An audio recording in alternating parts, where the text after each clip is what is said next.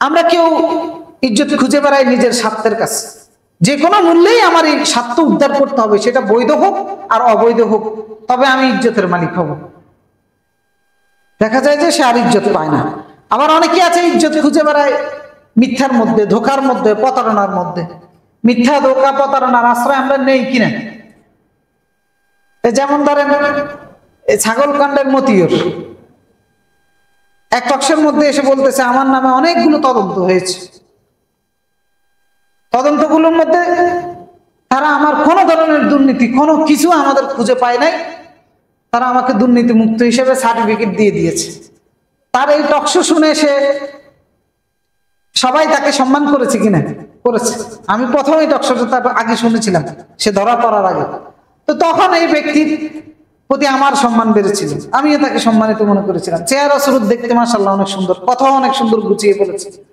কিন্তু সে যা বলেছে এগুলো কি সত্য ছিল না মিথ্যা ছিল? মিথ্যা ছিল। সে মিথ্যার আশ্রয় নিয়েছে সম্মানিত হওয়ার জন্য।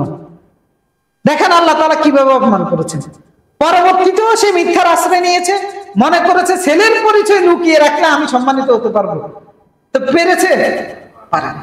সুতরাং মিথ্যার আশ্রয়, ধোকার আশ্রয়, প্রতারণার আশ্রয় কখনো আপনাকে সম্মানিত করবে না, কারণ এটা আল্লাহর নীতিমালা নয়।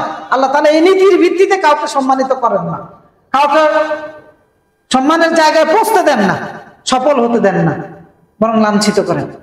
তো সুতরাং অনেকে আমরা এই জাতীয় কর্মকাণ্ডের মাধ্যমে ইজ্জত খুঁজে বেড়াই। এখানে সম্মান নাই, ইজ্জত নাই।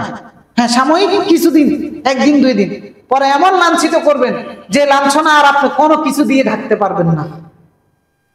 তো অনেকে আমরা এই মিথ্যার মধ্যে, আবার অনেকে বিলাসিতার মধ্যে, দ্বন্দ্বগুলোতের মধ্যে, টাকা পয়সা এগুলোর মধ্যে, পদবীর মাধ্যমে সম্মান ইজ্জত খুঁজে বেড়াই। সেখানে আল্লাহর নির্দেশের কোনো তোয়াক্কা করি না। তো এটাও ইজ্জতের, এভাবেও ইজ্জত খোঁজার জায়গা না। অনেকে আছে বাহ্যিক সুরতের মাধ্যমে ইজ্জত খুঁজে বেড়াই। বাহ্যিক সুরতে কি আল্লাহ ইজ্জত রেখেছেন? না, আল্লাহ কর্মের মাধ্যমে ইজ্জত রেখেছেন, তার অন্তরের কর্মকাণ্ডের ভিত্তিতে ইজ্জত রেখেছে। ইন্নাল্লাহা লা ইয়ানজুরু ইলা সুওয়ারিকুম ওয়া আজসামিকুম ওয়ালাকিন ইয়ানজুরু ইলা কুলুবিকুম। আল্লাহ তোমাদের সুরতের দিকে তাকাবেন না, তোমাদের দেহের দিকে তাকাবেন না। আরেক জায়গায় বলেছেন তোমাদের সম্পদের দিকেও তাকাবেন না।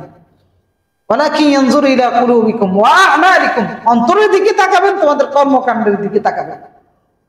অন্তর এবং কর্মকাণ্ড যদি ঠিক করতে পারি, বাহ্যিক সুরত লাগবে না, সম্পদ লাগবে না, আমার সুস্থতাও লাগবে না, ইজ্জতের মালিক বানিয়ে দিবেন কে? আল্লাহ রাব্বুল আলামিন।